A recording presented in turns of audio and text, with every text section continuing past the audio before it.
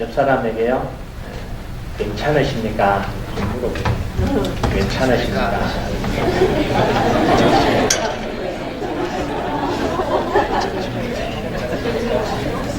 많은 의미가 있습니다. 괜찮으십니까?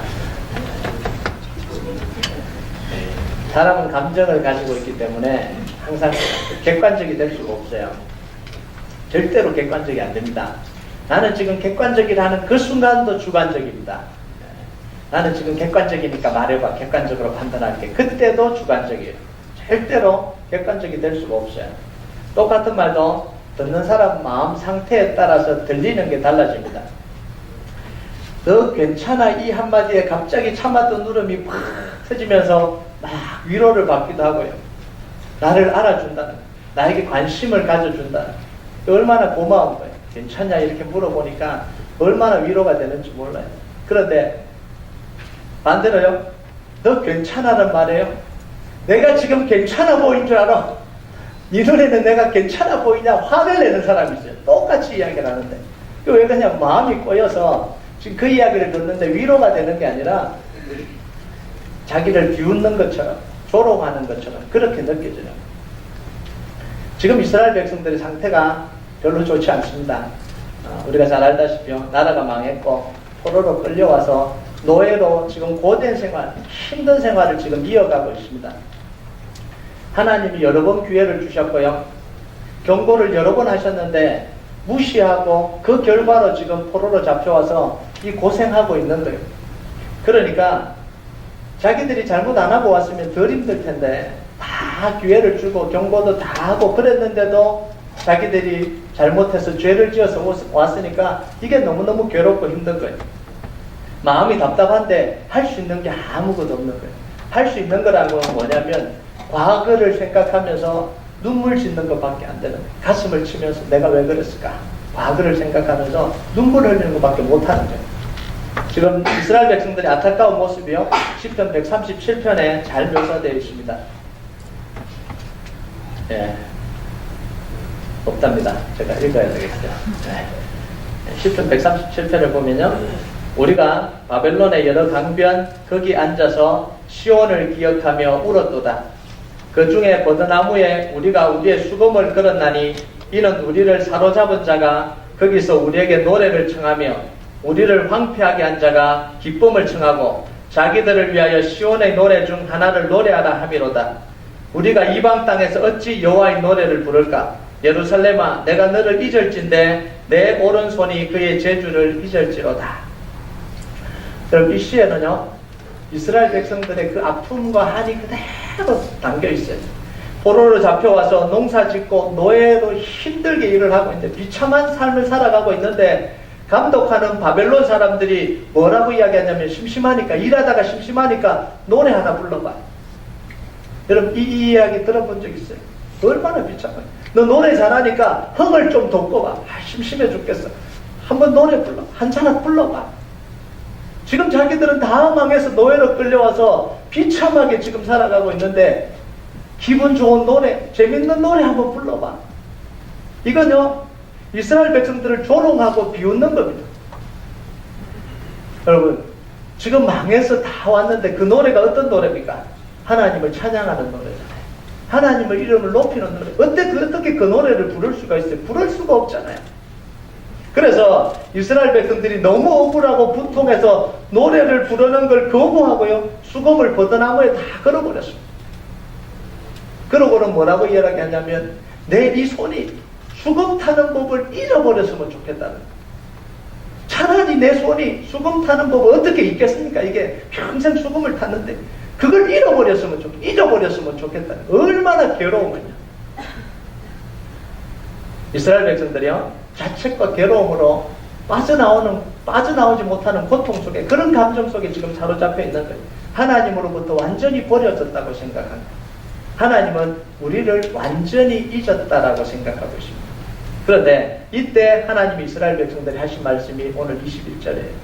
이 감정에, 이 마음의 이 침체기에 올 때 하나님 이스라엘 백성들에게 21절 이야기합니다. 우리 같이 한번 읽어볼까요? 시작. 야곱아, 이스라엘아, 이 일을 기억하라. 너는 내 종이니라. 내가 너를 지었으니 너는 내 종이니라. 이스라엘아 너는 나에게 잊혀지지 아니하리라. 이 지난주에도 비슷한 이야기 하셨잖아요. 지금 계속 하나님은 반복해서 말씀하시는 거예요. 얼마나 하나님이 이스라엘 백성들을 회복시키시면 계속해서 말씀하시는 거예요. 여러분, 한 번 말하면 회복이 됩니까? 안 되잖아요. 내가 너 사랑한다 한 번 말해서 그게 가슴에 와닿습니까? 안 되잖아요. 계속해서 말해줘야 되는 거예요. 계속해서 확인시켜줘야 되는 거예요. 그래서 지금 이스라엘 백성들에게 하나님이 계속해서 말씀하시는 거예요. 너는 여전히 내 종이다는 거예요. 내가 너를 지은 사실은 여전히 변하지 않는다는 거예요. 너는 나에게 여전히 잊혀지지 않았다는 거예요. 지금 이스라엘 백성들은 잊혀졌다고 생각하는데 하나님 뭐라고 하냐면 아니야, 나는 아직도 기억하고 있다는 거예요. 아직도 잊혀지지 않았다라는 거예요. 여러분, 하나님은 지금 이스라엘 백성들의 생각과 정반대의 이야기를 하고 있습니다. 여러분, 하나님의 생각과 이스라엘의 생각이 왜 이렇게 다를까요? 누가 달라진 거예요? 하나님이 달라진 게 아니라 이스라엘 백성들이 달라진 거예요. 하나님은 여전히 사랑하십니다. 지금이나 예전이나 여전히 사랑하시는데 이스라엘 백성들의 생각이 달라진 겁니다. 죄가 이스라엘 백성들의 생각을 바꿔버린 거예요. 여러분 22절을 보면요. 내가 내 허물을 빽빽한 구름같이 내 죄를 안개같이 없이 하였으니 너는 내게로 돌아오라. 내가 너를 구속하였음이니라. 짙은 안개가 끼면 그렇게 잘 보이던 것들이 보이지 않습니다. 여러분, 안개 자욱한 길을 걸어가 본 적 있습니까? 그렇게 잘 보이던 바로 앞에 있는 것도 보이지를 않아요. 죄가 빽빽한 구름처럼요. 이 짙은 안개처럼 우리를 가로막아서 이 하나님의 사랑을 의심하게 하고 하나님의 사랑을 오해하게 만드는, 하나님은 여전히 사랑하고 계시는데 하나님은 나를 버렸다라고 오해하게 만드는, 하나님은 여전히 관심을 가지고 계신데 하나님은 나에게 관심 없다라고 느끼게 만들어요. 하나님은 우리를 용서하시는데 하나님 우리를 절대로 용서하지 않는다라고 느끼게 만드는 거예요. 그게 바로 죄예요. 죄가 그렇게 무섭습니다. 그래서 하나님과의 관계에서 오는 모든 유익한 것을 다 끊어버리는 게 그게 죄예요. 하나님은 달라진 것이 하나도 없는데 우리로 하여금 하나님이 달라졌다라고 느끼게 만드는 게 그게 바로 우리 속에 있는 죄예요. 이사야 59장 1절에서 2절까지 보면요. 여호와의 손이 짧아 구원하지 못하심도 아니요 귀가 둔하여 듣지 못하심도 아니라 오직 너희 죄악이 너희와 너희 하나님 사이를 갈라놓았고 너희 죄가 그의 얼굴을 가려서 너희에게서 듣지 않으시게 함이니라. 죄는 관계를 오해하고 의심하게 만듭니다. 좋았던 관계를 다 끊어버리게 만들어요. 그리고는 두려움 때문에 못 다가가게 만듭니다. 오해하게 하고 관계를 끊어버리고, 그럼 다가가야 되는데 다가가지도 못하게 만들어요. 두려움이 찾아오니까. 여러분, 우리 신앙생활에서요 이런 상황을 수십 번, 수백 번, 수천 번 맞이하지 않습니까? 우리가 신앙으로 살려고 노력하지만 육신의 약함 때문에, 이 안에 있는 죄 때문에, 죄성 때문에 그렇게 살지 못할 때가 한두 번이 아니잖아요. 신앙으로 살려고 결단을 했는데 무너지는 좌절을 경험할 때가 한두 번이 아니잖아요. 믿음으로 이기고 싶은데 안 될 때가 얼마나 많습니까?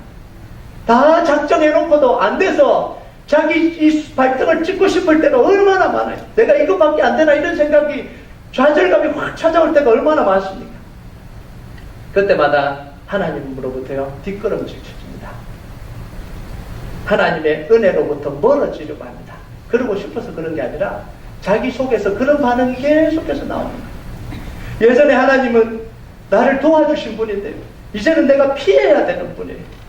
내가 힘들 때 찾아가서 아버지 하고 기도하고 엎드리고 하나님을 만나고 싶은 갈망이 생겼던 그 하나님인데, 나를 사랑해 주신 하나님인데 어느 순간 보니까 아버지라고도 부를 수 없는 그 상태에 내가 놓여져 있는 거예요.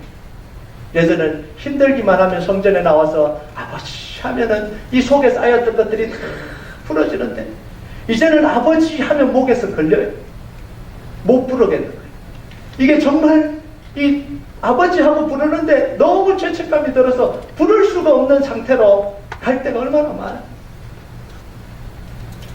여러분, 죄책감이 우리에게 일으키는 좋지 않은 반응이에요. 하나님이 달라진 것도 아니에요. 우리 안에 죄 때문에 오는 이 영적인 반응입니다. 이 상황이 오래되면 우리가 영적으로 서서히 죽어갑니다. 죄책감이 찾아오고요. 우울해집니다. 영적인 침체기로 접어들어요. 기도도 안 되고 예배도 은혜도 안 되고 뭔가 막 열심히 나지도 않고 기쁘지도 않고 이런 상태에 빠져듭니다. 여러분, 오늘 말씀이요, 이 영적인 상태에서, 영적인 침체에서 어떻게 벗어나는지를 오늘 말해주고 있는 거예요. 여러분, 이 방법이 뭐냐면 첫 번째는 기억하라 이렇게 이야기해요. 하나, 기억하라 이렇게 이야기해요. 21절을 보면 야곱아 이스라엘아 이 일을 기억하라. 너는 내 종이니라. 내가 너를 지었으니 너는 내 종이니라. 이스라엘아 너는 나에게 잊혀지지 아니하리라. 하나님이 지금 뭘 기억하라 그럽니까? 너는 내 종임을 기억하라는 거예요. 내가 너를 지었다라는 걸 기억하라는 거예요. 내가 아직도 너를 잊지 않고 있다라는 걸 기억하라는 거예요. 여러분, 뭘 기억해야 되냐면요, 내가 죄를 짓기 전에 하나님을 기억해야 됩니다. 왜냐하면 누가 바뀐 거예요?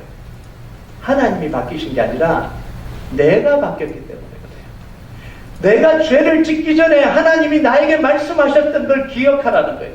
하나님이 나에게 약속해 주신 것을 기억하라는 거예요. 내가 달라지기 전에 하나님과 누렸던 그 관계를 기억하라는 거예요.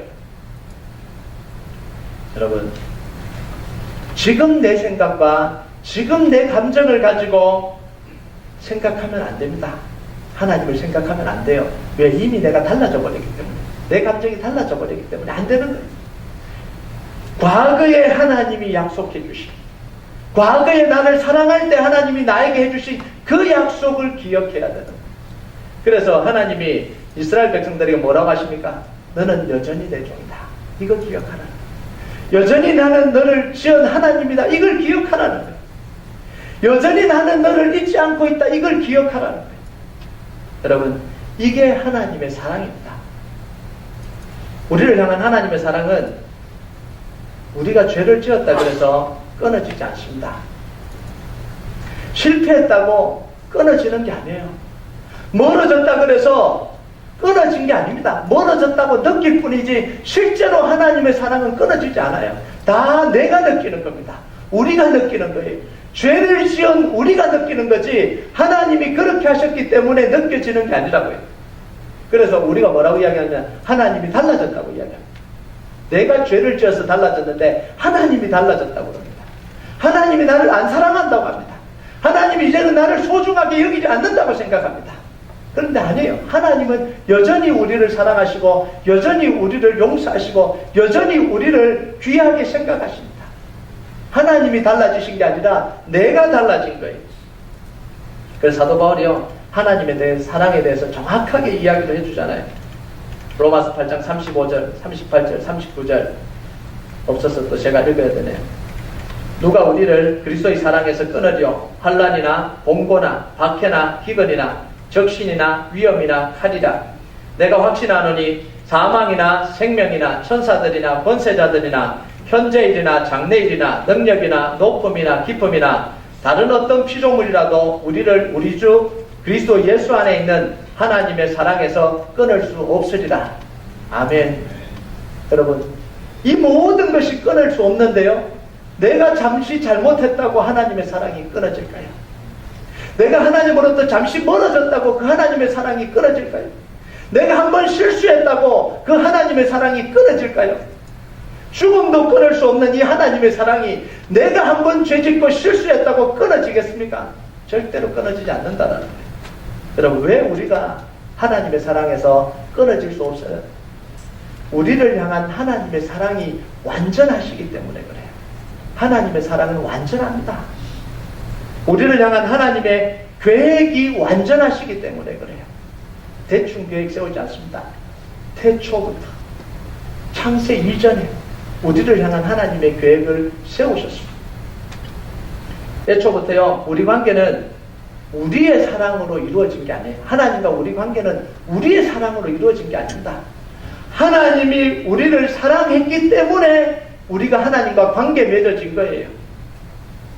예수님의 십자가의 사건으로, 십자가의 피로 맺어진 거예요. 변할 수 없는 예수님의 십자가로 맺어진 거예요. 절대로 끊어질 수 없는 사건으로 맺어진 거예요. 하나님의 완전한 사랑은요, 어떤 순간에도 우리를 붙드는데 실패하지 않으십니다. 자, 그런데 이스라엘 백성들은 기회를 줬는데도 실패했잖아요. 한 번, 두 번 기회를 준 것도 아니고 여러 번 기회를 줬잖아요. 기회를 줬는데 또 안 되고, 선지자를 보냈는데 또 안 되고, 선지자를 보냈는데 아예 죽여버리고. 그러니까 얼마나 이게 악한 짓을 저질렀어요. 하나님 말씀하셨는데도 듣지 않는데, 그래서 결국은 완전히 망해버렸는데, 그런데도 하나님이 사랑하십니까? 기회를 주고 또 주고 또 주고 또 주고 했는데도, 의도적으로 하나님의 사랑을 배신했는데도 하나님은 사랑하십니까? 여전히 하나님이 사랑하십니다. 여전히 하나님은 이스라엘 백성들을 구원하십니다. 왜냐하면 이스라엘 백성들 때문이 아니라 하나님의 구원의 완전성 때문에 그래요. 하나님의 구원이 완전하시기 때문에 그래요. 이스라엘의 구원은 인간의 가능성으로부터 시작되지 않았습니다. 인간의 구원은요, 우리의 가능성이 조금이라도 있기 때문에 그 가능성을 보고 하나님이 구원해줘야 된다, 그렇게 시작한 게 아니에요. 우리가 완전히 타락하고 완전히 죽고 완전히 끝장나버린 그 상태에서 하나님은 구원의 역사를 시작하신 거예요. 하나님의 구원을 위해서 우리의 어떤 것도 필요하지 않으십니다. 여러분, 구원은 하나님의 완전하심과 하나님의 전능하심을 통해서, 하나님이 이루신 일을 통해서 이루어지는 게 우리의 구원이에요. 그 하나님의 완전한 구원이요, 우리의 결정을 통해서 없어지지 않아요. 깨어지지 않습니다. 자, 그런데 여기까지만 이야기하면요, 사실은 절반만 이야기를 한 거예요. 이 하나님의 사랑을 안다고 해서 바로 회복이 되는 게 아닙니다. 그죠? 이런 하나님이구나 그래도 바로 회복되지 않잖아요. 하나님의 사랑을 기억하는 것 자체로 회복되는 게 아니에요. 하나님이 우리를 사랑하신다는 것과 우리가 그 사랑을 체험하는 것은 다른 이야기입니다. 하나님이 우리를 구원하신다는 것과 그 구원을 우리가 누린다는 건 다른 이야기입니다. 전혀 다른 이야기예요. 그런데 우리는 이 이야기만 듣고 끝내려고 그럽니다. 아, 하나님 우리를 사랑하시는구나. 그럼 오케이. 근데 구원은 안 이루어졌어요. 하나님은 구원을 역사를 이루었지만 그 구원이 우리 속에서 성취되지 않았다는 거예요. 하나님은 여전히 우리를 사랑하시지만 그 사랑이 우리가 체험하지 못하고 있다는 거예요. 여러분, 우리가 기억해야 되는 이유, 하나님의 사랑을 기억해야 되는 이유가 뭐냐면 하나님께 돌아가기 위해서 그렇습니다. 왜 하나님의 사랑은 변치 않고 하나님의 사랑은 영원하고 어떤 것도 끊을 수 없다는 걸 계속해서 기억해야 되는 이유가 뭐냐면, 그걸로 끝나는 게 아니라 우리가 하나님께로 돌아가는 길이 되기 때문에 그런 거예요. 여러분, 우리가 회복되기 위해서는요, 하나님께로 돌아가야 됩니다. 그래서 회복의 두 번째 단계가 뭐냐면 하나님께로 돌아가는 거예요. 여러분, 21절을 보면요, 22절, 내가 내 허물을 빽빽한 구름같이 내 죄를 안개같이 없이 하였으니 너는 내게로 돌아오라. 내가 너를 구속하였음이니라. 구름이 빽빽하게 모여들고 안개가 짙게 끼면요, 잘 보이던 것도 보이지 않습니다. 그런데 보이지 않는다고 해서 없어진 게 아닙니다. 이 앞에, 바로 앞에 있던 그 안개가 확 껴버리면 안 보여요. 그러나 그 있던 게 사라진 게 아니라는 거예요. 그 자리 여전히 있는데 안 보일 뿐입니다. 죄 때문에 그렇게 잘 보이던 하나님의 사랑이 안 느껴집니다. 그렇게 잘 보이던 하나님의 손이 보이지 않아요. 왜냐하면 죄가 가로막아 버렸기 때문에. 그런데 하나님이 뭐라고 하세요? 너는 내게로 돌아오라. 내가 너를 구속하였느니라. 내게로 나오라는 거예요. 뭐예요? 짙은 안개를 뚫고 짙은 이 구름을 뚫고 한 발짝 움직여서 나오라는 거예요. 여러분, 눈에 보이지 않아도 빽빽한 의심의 구름을 뚫고요, 이 짙은 두려움의 안개를 뚫고 몇 발짝 나가보면 여전히 손 내밀고 계시는 하나님을 만날 수 있는 거예요. 그 손을 잡았을 때 비로소 우리는 알게 됩니다. 하나님이 여전히 나를 사랑하시는구나. 손을 잡는 순간 알게 되는 거예요. 하나님이 여전히 변하지 않으셨구나. 언제 알게 돼요? 손을 잡은 순간 알게 되는 거예요. 하나님은 여전히 나와 함께 계시는구나. 언제 알아요? 손을 잡는 순간 알아요. 그런데 잡기 전까지는 몰라요. 여러분, 하나님의 사랑이 아무리 강하고 아무리 변하지 않아도 하나님께 나오지 않으면 그 사랑 받을 수가 없어요. 하나님의 사랑은 여전한데 못 나오니까 못 받는, 안 나오니까 못 받는 거예요. 하나님의 사랑은 여전히 강력한데 내가 한 발짝 못 나가니까, 손을 잡지 못하니까, 안 잡으니까, 못 잡는 게 아니고 안 잡는 겁니다. 안 잡으니까 하나님의 사랑을 경험할 수가 없는 거예요. 여러분, 누가복음 15장에 보면요, 탕자가 정확하게 이 고백을 합니다.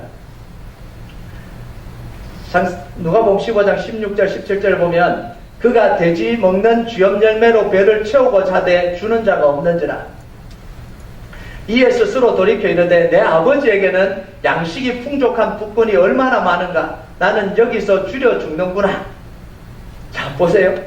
내 아버지는 사랑과 은혜가 넘쳐서 아버지 집에는 일꾼들도 노예들도 풍족하게 먹는데 나는 여기서 굶주려 죽는구나.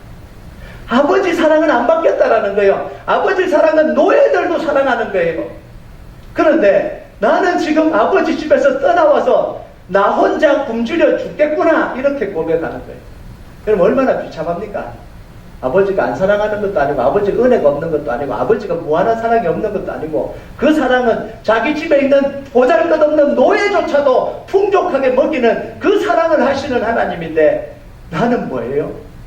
나는 여기서 굶주려 죽는구나. 여러분, 십자가 사랑은 강력한 사랑이에요. 포기하지 않는 사랑입니다. 모든 걸 용서하는 사랑입니다. 그런데 회개하고 그 안으로 나아가지 않으면 그 사랑과 용서를 체험할 수가 없어요. 세상을 향해서 십자가가 사랑을 선포하고 있습니다. 구원을 선포하고 있어요. 그런데 하나님께로 나오지 않으면 그 십자가 사랑을 누리지 못하잖아요. 여러분, 비참한데요. 다 받는 사랑 나 혼자 못 받고 있어요. 여러분 보세요. 상자가 집 나와서 형들도 받고 있는 사람, 동생들 있어서 안 나오니까 받고 있는 사람, 가족들 다 받는 사람, 심지어 종까지 받는 사람, 심지어 노예까지 받는 사랑을 자기 혼자 못 받고 있는 거예요. 왜요? 아버지 집으로 돌아가지 않으니까. 아버지 집으로 나가지 않으니까. 여러분, 탕자가 돼지 쥐염 열매를 먹으면서요, 이렇게 생각했다고 한번 생각해 보세요. 왜 하나님 나를 사랑하지 않지? 왜 하나님이 나에게 여기서 건져주지 않지? 왜 나를 여기서 구해주지 않지? 왜 나를 여기서 데려가지 않지? 앉아서 불평만 하고 있었다고 생각해 보세요. 그러면 뭐 해야 돼요? 평생 돼지 시험 열매를 먹으면서 살아야 돼요. 불평하고 돼지 시험 열매 먹으면서 계속 살아야 돼요. 그런데 탕자가 어떻게 하냐면 15장 18절에요. 내가 일어나 아버지께 가서 이르기를 아버지 내가 하늘과 아버지께 죄를 지어 사오니. 내가 일어나 아버지께 가서, 이게 중요합니다.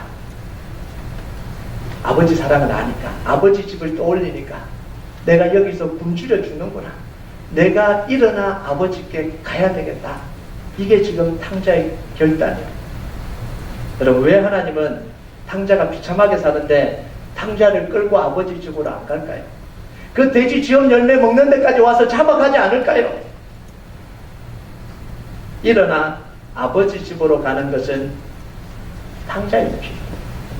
여전히 사랑하시고 여전히 기다리시고 여전히 품어주시는 건 아버지의 몫이지만 일어나 아버지 품으로 가는 건 탕자의 몫이에요.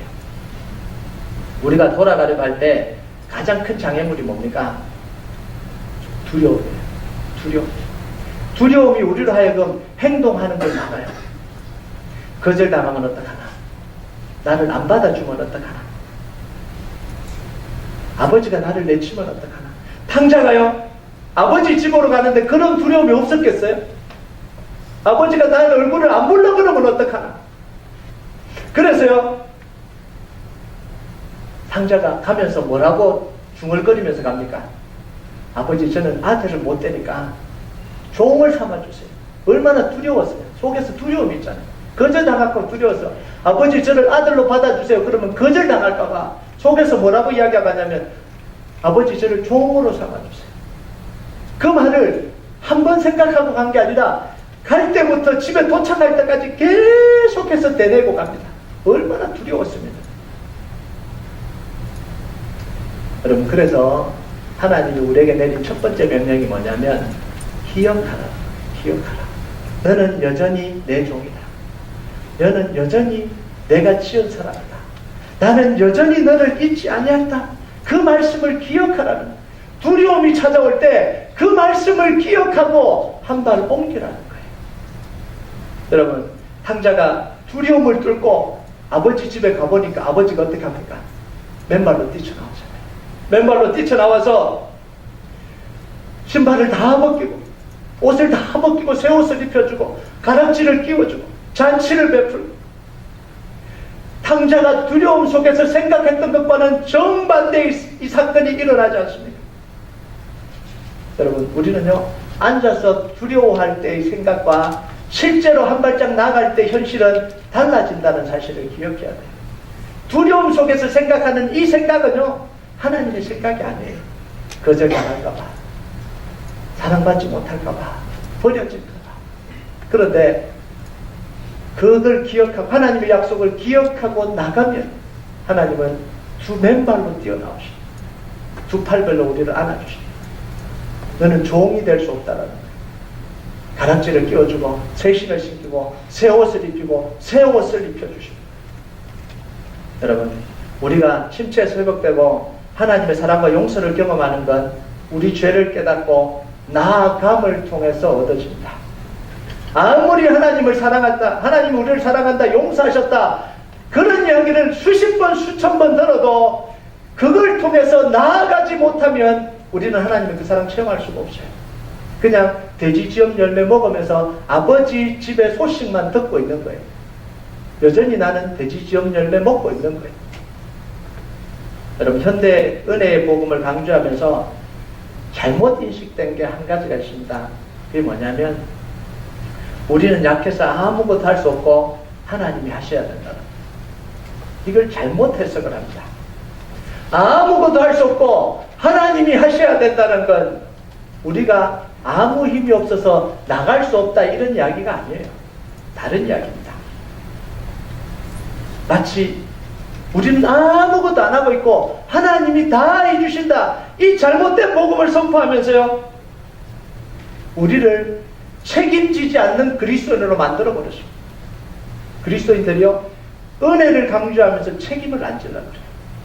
우리는 약해, 우리는 아무 힘이 없어, 하나님이 다 하셔.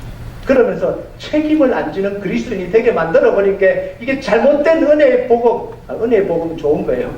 잘못된 복음을 선포한 것 때문에, 이게 잘못된, 여러분, 죄 뒤에 숨어버리게 만들었습니다. 두려움 뒤에 숨어버리게 만들었어요.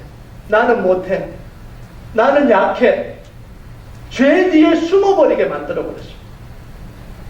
여러분, 우리가 할 수 없다라는 건 무슨 뜻이냐면 우리 스스로 우리를 구원할 수 없다라는 겁니다. 나갈 수 없다라는 게 아니라 우리 스스로 우리를 구원할 수 없다라는 거예요. 우리 스스로 우리 죄를 이길 수 없다라는 거예요. 그래서 우리가 십자가 진 게 아니라 예수님이 십자가 지셨습니다. 그건 예수님이 하신 일이에요. 자, 그런데 십자가 앞으로 나가는 건 우리가 해야 될 역할이에요. 십자가 앞으로 나가는데 대단한 능력을 요구하지 않습니다. 능력이 있어야 십자가 앞으로 나가는 거 아니잖아요. 우리는 약합니다. 아무것도 할 수 없어요. 맞는 이야기예요. 그런데 하나님께 나가지 못할 만큼 약하지 않습니다. 아무리 약해도 하나님께 나가지 못할 만큼 약하지 않아요. 용서를 구하는 자리로 나오지 못할 만큼 약한 사람 없어요. 회복을 갈망하는데 기도의 자리로 나오지 못할 만큼 약한 사람 없어요. 소경도 나왔고요, 문둥병자도 나왔어요, 삭개오도 나왔어요. 안전뱅이는 못 나오면 소리라도 질렀어요.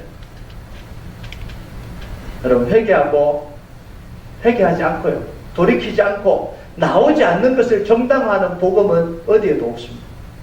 성경 어디에도요. 약하기 때문에 안 나와도 된다라고 정당화하는 복음은 어디에도 없어요. 문둥병자도 나와야 돼요. 안전뱅이도 소리쳐야 돼요. 소경도 나와야 돼요. 삭개오가요, 나오기가 얼마나 힘들었겠어요. 자기들이 다 덮쳐먹은 사람들 아니에요. 그런데 예수님 온다고 그 사람들이 있는데 쫓아나가기가 얼마나 자존심 상하고 힘들었겠어요. 그런데 삭개오도 나옵니다. 힘이 있어서 나가는 게 아니에요.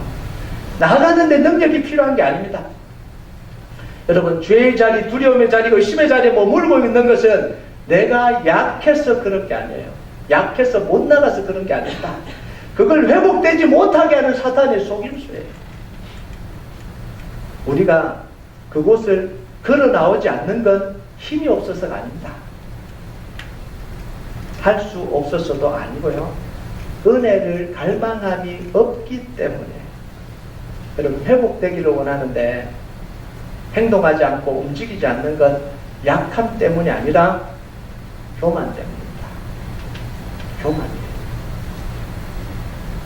나가야 되는데 저는 못 나가겠어요. 왜요? 내 체면이 허락하지 않아요. 그런데 그걸 약하다라고 표현합니다. 나가고 싶은데 나는 내 자존심이 구겨지지 않아요.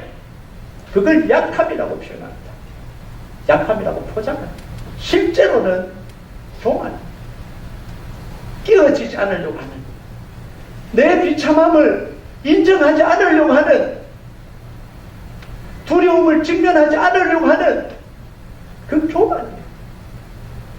자세히 들여다보니까요, 약한 게 아니에요. 우리 안에 있는 이 교만이 하나님께 나가는 걸 막고 있는 거예요. 그래서 누구와 나에게 와서 해줬으면 좋겠다.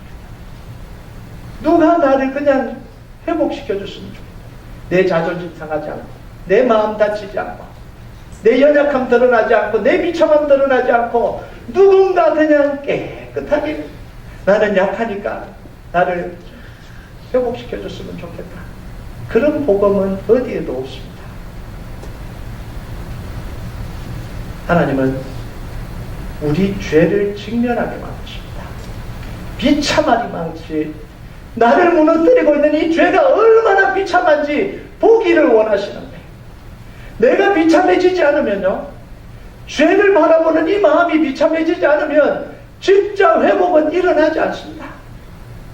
왜 하나님이 다윗에게 직면하게 만드셨을까요? 덮어주실 수도 있잖아요. 그러면서 그냥 넘어가실 수도 있잖아요. 그런데 나단 선지자를 보내서요, 정확하게 집어내십니다. 얼마나 신랄하게 집어내시는지 몰라요. 자기의 비참함을 깨닫고 하나님 앞에 무릎 꿇게 하는 거예요. 여러분, 다윗이 무릎 꿇고 통곡하고 그 많은 사람들, 이 신하들이 다 보는 앞에서 식음을 전폐하고 그렇게 기도하기가 쉬운 일이었겠습니까? 다 알려줬어요. 그런데도 회복해야 되니까 하나님 앞에 나갑니다. 여러분, 물론 귀신에 사로잡혔어요. 정말 귀신에 사로잡혀서 스스로 특별히 스스로 나올 수 없는 경우도 있어요. 정말 이런 사람들은 못 나와요. 이런 사람들은 정말 가서 회복을 시켜야 됩니다. 자기 의지가 발동이 안 되기 때문에 안 되는 거예요. 스페셜한 경우입니다. 말 그대로 스페셜한 경우예요. 그런데 예배를 우리 두 발로 참석할 수 있는 우리, 내가 먹고 사는 일을 두 발로 가서 할 수 있는 우리에게 해당되는 이야기가 아니에요. 네. 여러분, 정말 회복되기를 원하시면요, 한 걸음 옮기십시오. 한 걸음 옮기십시오. 변명하지 말고요, 자기 합리하지 말고요, 자기 죄를 돌아보고 회개하고 돌이켜야 돼요. 이게 회복의 길이에요. 여러분, 그리고 행동하세요. 행동하지 않는 변화는 일어날 수 없습니다. 잘못된 복음은 행동을 막아요. 행동하지 않게 하는 건 진짜 복음이 아니라 잘못된 복음입니다. 진짜 복음은 하나님의 은혜를 깨닫고 자기 죄를 깨닫고 용수철처럼 튀어 일어나 행동하게 하는 게, 그게 복음이에요. 잘못된 복음이 선포되니까 기독교 안에서 모든 것들을요 다 숨어버려잖아요. 자기 책임을 다 다른 데로 전가해버리잖아요. 왜 그래요? 잘못된 복음을 선포하니까 그런 거예요. 하나님이 다 하신다. 우리는 아무것도 할 수 없다. 우리는 약하다. 그 약한 건 우리가 죄를 못 사하는 게 약한 거예요. 우리가 우리를 구원하지 못하니까 약한 거예요. 하나님께 나가고 책임지는 건 우리가 하는 거예요. 제대로 된 복음을 선포해야 됩니다. 여러분, 행동하지 않는데 복음의 역사가 일어나는 경우는 절대 없습니다. 행동하지 않는데도 하나님이 다 하신다라고 이야기한 건 그건 사이비 중에 사이비입니다. 있을 수가 없는 일입니다. 여러분, 우리가 한 발짝 내밀 때 하나님이 우리 손을 끌어주는 거예요. 하나님 손을 잡을 때까지만 가면 되는 거예요. 우리가 가서 다 하는 게 아니라 하나님의 손을 내밀어서 잡는 순간까지만 가면 되는 거예요. 소경이 예수님을 만나는 순간까지만 가면 되잖아요. 예수님 만나서 자기 스스로 넣던 거 아니잖아요. 안전뱅이가 소리쳐서 주님을 손을 잡는 데까지만 가면 되잖아요. 그때까지는 우리가 해야 되는 거예요. 여러분, 바벨론의 포로가 된 이스라엘 백성들이 이런 마음으로 다시 돌아가고 싶어도 자기 현실이 그렇지 않지 않습니까? 어떻게 포로에서 돌아가고 노예가 무슨 수로 이걸 합니까? 그런데 그거는 이스라엘 백성들이 걱정할 일이 아닙니다. 하나님께로 회개하고 돌이키기만 하면 되는 거예요. 그래서 70년 동안 포로기간 동안 이스라엘 백성들에게 일어난 일이 뭐예요? 회개하고 돌이키고 다시 하나님께 무릎 꿇고, 회개하고 돌이키고 다시 하나님께 무릎 꿇고, 70년 동안 하나님 앞에 엎드려 기도하는, 그러니까 하나님이 그 손을 잡고 일으키신 거 아니에요. 그 결과가 예루살렘이 다시 재건되고요, 예루살렘 성이 다시 세워지고요, 다시 하나님의 나라가 이루어지는 거예요. 여러분, 그래서 28절에 보면요, 고레스에 대하여 이르기를 내 목자라 그가 나의 모든 기쁨을 성취하리라 하며, 예루살렘에 대하여 이르기를 중건되리라 하며, 성전에 대하여는 내 기초가 놓여지리라 하는 자니라. 하나님이 고레스를 이미 준비해 놓으셨습니다. 이스라엘 백성들이 탈출하는 게 아니라 하나님이 고레스를 준비하셔서 포로에서 돌아오게 하시고 성전을 재건하게 하시고 다시 하나님의 능력의 역사가 일어나도록 다 준비시켜 놨습니다. 언제까지 하면 돼요? 하나님의 손을 잡는 데까지 하면 되는 거예요. 여러분, 이스라엘 백성들은 실패했습니다. 능력 없어요. 그런데 아무런 문제가 되지 않습니다. 이스라엘 백성들의 회복은 이스라엘 백성들의 열심으로 이루어지는 게 아니라 하나님의 능력으로 이루어집니다. 하나님의 능력이 가능하도록, 나를 사용하도록 하나님의 손을 붙들기만 하면 되는 거예요. 여러분, 우리가 하나님을 믿고 나갔는데 내가 기대했던 것과 다르면 어떡합니까? 이게 두려움이에요. 하고 싶은데, 나가고 싶은데 내가 기대했던 것과 다르면 어떡합니까? 옛날에 그 사람 기억하고 그 용서를 기억하고 나갔는데 거절당하면 어떡합니까? 그러니까 하나님이 뭐라고 이야기합니까? 기억하라, 이렇게 이야기해요. 너는 여전히 내 종이다, 기억하라. 내가 너를 지은 하나님이다, 기억하라. 여전히 너는 잊혀지지 않았다, 기억하라. 그 사랑, 그 말씀 붙들고 나가면요, 하나님은 하나님의 약속을 믿고 결단하고 나오는 사람을 절대로 실망시키지 않으십니다. 목사님, 하나님은 그러신데 사람은 아니잖아요. 사람은 아니잖아요. 여러분, 그런데 뭐가 중요한지 아십니까? 내가 두려움을 극복하고 나갔는데 거절당할 수도 있어요. 거절당할 수도 있어요. 실제로요. 그죠? 다 뭐 받아주지 않을 수도 있잖아요. 그런데 내가 하나님의 그 약속 때문에 한 발을 내딘 것 때문에 수치를 당하지 않게 하십니다. 하나님이 보호해 주셔요. 그 사람이 나를 거절할지도 몰라요. 그 사람이 나를 홀대할지도 몰라요. 그런데 하나님은 나를 지켜주십니다. 왜요? 하나님의 약속을 믿고 나갔기 때문에 그래요. 여러분, 이제는요, 후회하는 자리에서 일어나 다시 한 발 나아가는 축복이 있길 바랍니다. 자책하는 자리에 그냥 앉아있지 말고요. 무너진 그 자리에서 나는 약해 그러고 앉아있지 말고요. 나는 못해 앉아있지 말고요. 정말 하나님의 사랑을 알았으면, 정말 하나님의 은혜를 알았으면 한 발 움직이는 그런 축복이 있기를 바랍니다. 그때 여러분의 삶 속에서 하나님의 역사, 끊어졌던 하나님의 역사가 일어날 것입니다. 우리 같이 찬양하도록 하겠습니다.